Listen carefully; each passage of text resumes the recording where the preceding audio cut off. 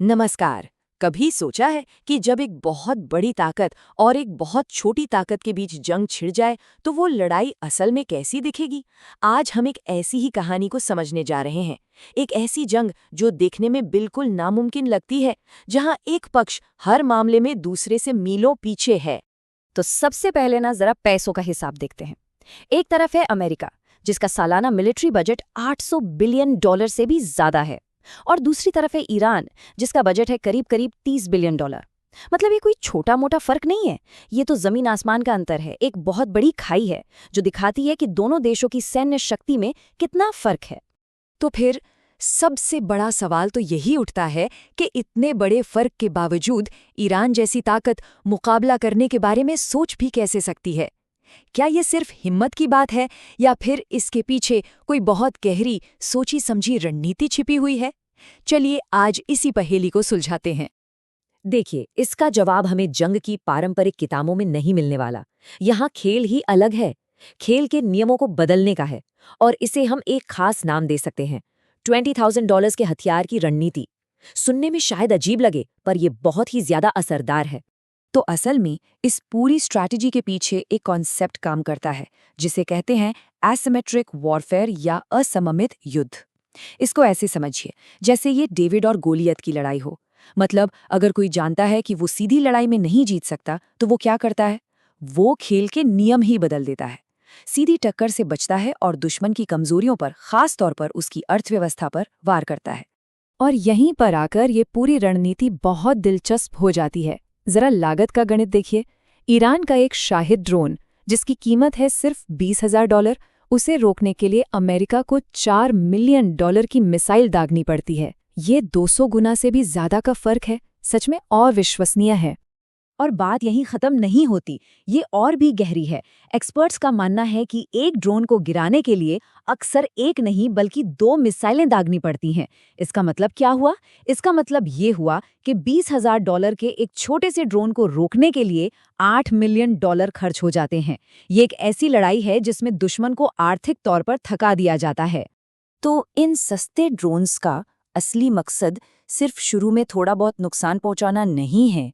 नहीं, ये एक बहुत बड़ी योजना का बस एक हिस्सा है।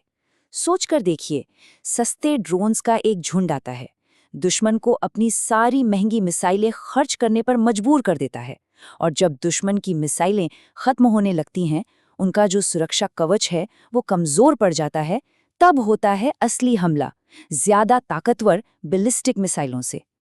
और ईरान के पास इन ताकतवर बैलिस्टिक मिसाइलों का एक बहुत बड़ा जखीरा है, लगभग 3,000 से भी ज्यादा।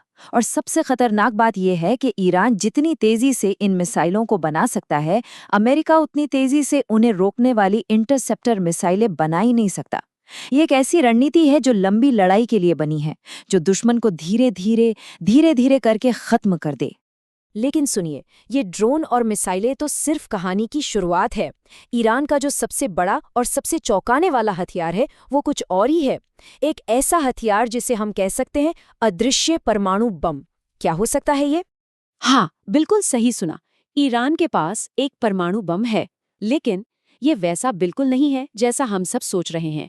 ये लोगों को नहीं मारता, ये पूरी दुनिया की अर्थव्यवस्था को घुटनों पर ला सकता है। ये विनाश का हथियार नहीं, ये पूरी दुनिया में उथल-पुथल मचाने वाला हथियार है। और वो हथियार है हॉर्मुज़ जल डमरू मध्य। जी हाँ, एक संकरा समुद्री रास्ता। सुनने में बहुत साधारण लगता है ना? लेकिन यही ईरान का सबसे बड़ा तुरुप का इक्का है। एक ऐसा भौगोलिक हथियार जो दुनिया की इकोनॉमी को कंट्रोल कर सकता है। अब सवाल ये है कि ये इतना जरूरी क्यों है?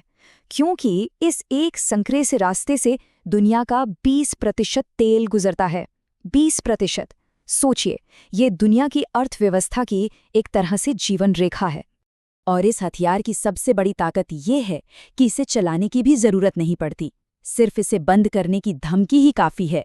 जैसे ही ईरान बस एक इशारा करता है, दुनिया भर में तेल की कीमतें और शिपिंग की लागत आसमान छूने लगती है। बिना एक भी गोली चलाए वो पूरी दुनिया की अर्थव्यवस्था में खलबली मचा सकते हैं। तो ये सब कुछ हमें ईरान की असली रणनीति तक ले आता है। और वो क्या है? एक ऐसी लड़ाई लड़ो जिसे कोई जीत ही न सके। सुनने में ये थोड़ा अजीब लग सकता है, पर इसके पीछे एक बहुत गहरी सोच है। ईरान का लक्ष्य जंग जीतना नहीं है, जैसा कि हम आम तौर पर सोचते हैं। उनका असली लक्ष्य तो लड़ाई की कीमत को इतना ज्यादा बढ़ा देना है, सिर्फ अपने दुश्मन के लिए नहीं बल्कि पूरी दुनिया के लिए, कि हर कोई थक जाए और इस जंग को रोकने पर मजबूर हो जाए।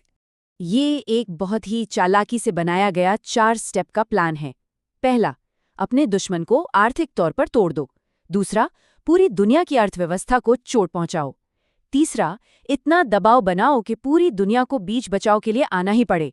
और चौथा, बिना हारे युद्ध से बाहर निकल जाओ, एक ऐसी सिचुएशन में जहां हर कोई ये कह सके कि वो जीता है। और ये रणनीति एक बहुत गहरी सांस्कृतिक समझ से आती है। कुछ सभ्यताओं के लिए हार मान लेना या सरेंडर कर देना कोई ऑप्शन ही नहीं होता। उनके लिए तो जिंदा रहने का मतलब ही है लड़ते रहना, चाहे जो हो जाए। तो ये सारी बातें हमें एक बहुत बड़े सवाल पर लाकर खड़ा कर देती हैं। क्या आज की मॉडर्न लड़ाई में हमेशा वही जीता है जिसके पास सबसे ज्यादा पैसा और सबसे बड़ी फौज हो, या फिर एक चालाक, सोची समझी रणनीति सबसे ताकतवर दुश्मन को भी मात दे सकती है? ये एक ऐसा सवाल है जो आने वाले समय में शायद जंग की परिभाषा ही बदल दे। इस पर जरूर सोचिएगा।